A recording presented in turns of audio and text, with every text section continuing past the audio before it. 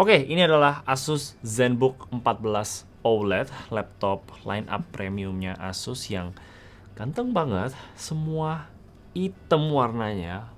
Tipis cuman kayak 14,9 mm dan ini ringannya bukan main. Ini dipower oleh AMD Ryzen 7 8840HS, prosesor yang kenceng dengan dedicated AI chip Ryzen atau NPU yang bakal bikin laptop ini tuh lebih efisien lagi, terutama di baterainya sih. Baterainya awet banget. Coba kita lihat nanti gimana. Pertama-tama kita lihat desainnya dulu. Masih kurang lebih sama ya dengan line up ZenBook lain yang kita pernah lihat. Cuman kali ini tuh matte black semuanya. Tapi agak sedikit fingerprint magnet ya. Jadi kalau tangan kita kotor, berminyak, kayak tangan gue suka berminyak juga entah kenapa ya, cap jari kita bakal ketempel di sini. Build quality-nya super solid, layarnya hampir nggak ada wobble dan keras banget ya walaupun ini sangat tipis.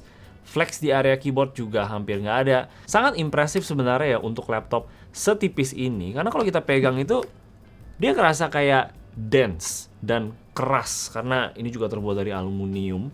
Hinge-nya juga sangat enak dibuka pakai satu tangan, itu sangat-sangat simple ya, nggak ada masalah sama sekali. Lihat. Dan untuk layarnya, sesuai namanya udah jelas ini OLED punya ya, Asus punya, Asus Lumina OLED namanya. Rasionya itu di 16:10, jernih banget, warnanya sangat-sangat pop, sangat akurat, blacknya sangat-sangat deep.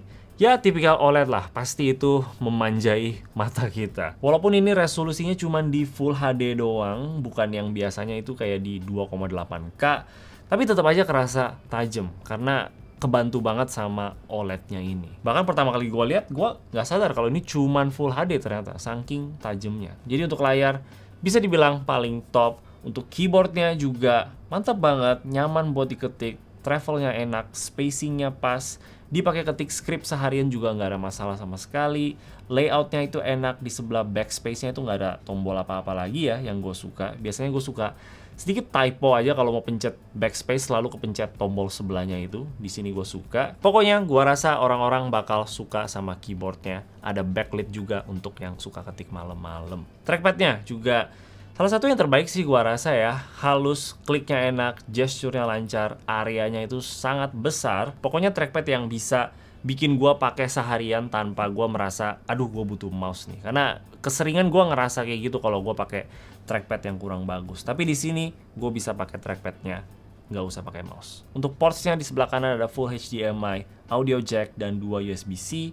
Dan di sebelah kiri cuma ada satu USB 3.2. Gue lumayan berharap ada USB-C juga di sebelah kiri, jadi kita bisa bebas pilih casnya itu mau di sebelah kanan atau di sebelah kiri, karena ini kan laptop harian, laptop portable gitu kan ya. Tapi di sini nggak ada. Oke, jadi ini laptop itu punya dedicated AI chip dari Ryzen yang bikin laptop ini lebih pintar. Di sini ada built-in app namanya Copilot, bahkan ada tombolnya sendiri juga untuk sekali pencet Copilotnya bisa langsung keluar. Dimana kalian bisa chat sama AI tentang apapun yang kalian mau, dia bisa jawab. Kayak Google gitulah. Ya mungkin bisa membantu ya untuk orang-orang yang mungkin kayak kehabisan ide dalam pekerjaannya, bisa membantu kayak ide konten atau apalah gitu. Pokoknya apapun yang kita pengen tanya ke AI-nya, dia bisa jawab. Kita bisa pakai bahasa Indonesia juga, jadi aman kok. Dari tes gua sih, kalau kita mau suruh AI-nya generate gambar kayak gitu, dia cuma bisa pakai bahasa Inggris. Kalau pakai bahasa Indonesia belum bisa, entah kenapa juga ya. Oke, koreksi sedikit, pas gua lagi coba untuk shoot B-roll, gua tulis bahasa Inggris, dia bisa gambar draw a cat with six pack. Dan pas gua coba bahasa Indonesia, ternyata bisa juga gambar kucing dengan six pack. Muncul juga gambarnya. Jadi kesalahan gua, pakai bahasa Indonesia juga bisa. Hal lain itu adalah Asus AI Sense di kameranya ya. Jadi kameranya lumayan pinter untuk ikutin muka kita, kasih blur background di belakang lah, dan juga ada bikin mata kita seakan-akan lihat kamera padahal enggak. Ada Asus AI Noise Cancellation juga. Hal-hal yang berguna untuk keperluan orang-orang pas meeting. Ini juga ada built-in untuk ditutup langsung kameranya. Jadi kayak gimana kualitas videonya dan juga audionya. Gue bisa ganti di tengah-tengah juga ini untuk automatic framing. Lumayan. Eye contact, mata gue gerak-gerak, dan kayak background blur yang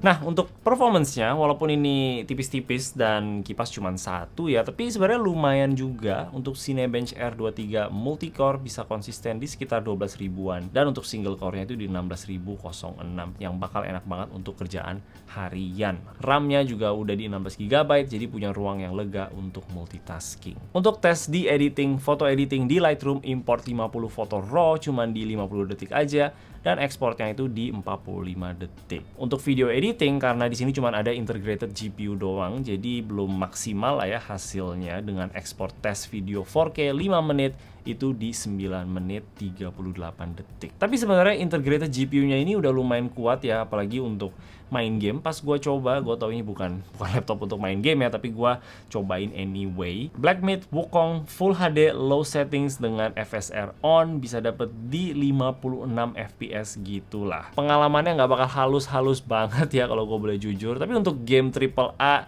ini udah lumayan oke banget. Jadi untuk orang-orang yang lagi pakai laptop ini terus tiba-tiba aja tuh kepengen main game, ya bisa-bisa aja gitu. Mungkin turunin resolusinya di 720p dan juga settingnya rata kiri. Tapi hal yang paling gua suka dari laptop ini selain layarnya ya, itulah baterainya. Asus klaim ini bisa sampai 17 jam, dan dari pengetesan gua sih di video playback YouTube gitu ya, udah jalan sekitar 9 jam 40 menit aja, masih ada sisa 6 jam lagi. Jadi gila banget, itu udah ya lumayan hampir nyampe lah ke 17 jamnya itu. Jadi kita bisa bawa laptop ini seharian tanpa bawa kabel chargernya sama sekali. Selama ya kerjaan kita itu ringan-ringan aja, kayak mungkin ketik-ketik atau meeting online lah, browsing Microsoft, harusnya sih aman. Dan yang lebih enaknya lagi tuh dengan fitur-fitur tadi yang kita dapetin, kualitas yang kokoh, aluminium, desain yang cakep, nama ZenBook, kita cuman bayar di harga kurang lebih untuk VivoBook aja di 16 juta gitu. Mungkin yang biasanya kita harus bayar di atas 20-an juta untuk bisa dapetin namanya ZenBook ini, sekarang bisa di 16 juta doang. Jadi so far ya nggak terlalu ada hal negatif-negatif banget yang gue bisa bilang sama laptop ini. Gue suka banget sampai sekarang. Mungkin satu hal aja, layarnya yang mereka turunin dari 2,8K biasanya sekarang jadi Full HD. Tapi ya tetap aja ini kualitas OLED. Gue selalu suka sama laptop line up-nya ZenBook ya, tapi nggak pernah suka sama harga mereka yang terlalu premium. Jadi di mata gue itu VivoBook adalah pilihan yang jauh lebih masuk akal. Kita pertama dapetin layar yang biasanya OLED juga, spek yang udah oke. Paling ya kualitas laptopnya itu nggak sesolid ZenBook. Tapi sekarang dengan harganya yang segini, kualitas yang mantap, layar OLED, keyboard dan trackpad yang juara, tipis, ringan, dan terakhir baterainya itu awet banget. Susah untuk gua komplain. Untuk fitur-fitur AI-nya sih buat gua itu sebagai bonus aja ya, buat orang-orang yang nggak mau pakai ya tinggal nggak usah dipakai, tapi kalau mau ya ada di sini. Gue lebih apresiasi AI chipnya itu bisa bikin laptop ini lebih efisien aja. Dan ya kalau kalian butuh laptop yang seperti ini tipenya, boleh banget sih, gue sangat rekomend. Oke, itu aja dari gua. Gua bakal kasih link info lebih lanjut di bawah. Dan kalau kalian suka sama video ini, boleh kasih like dan juga subscribe. Thank you. Bye.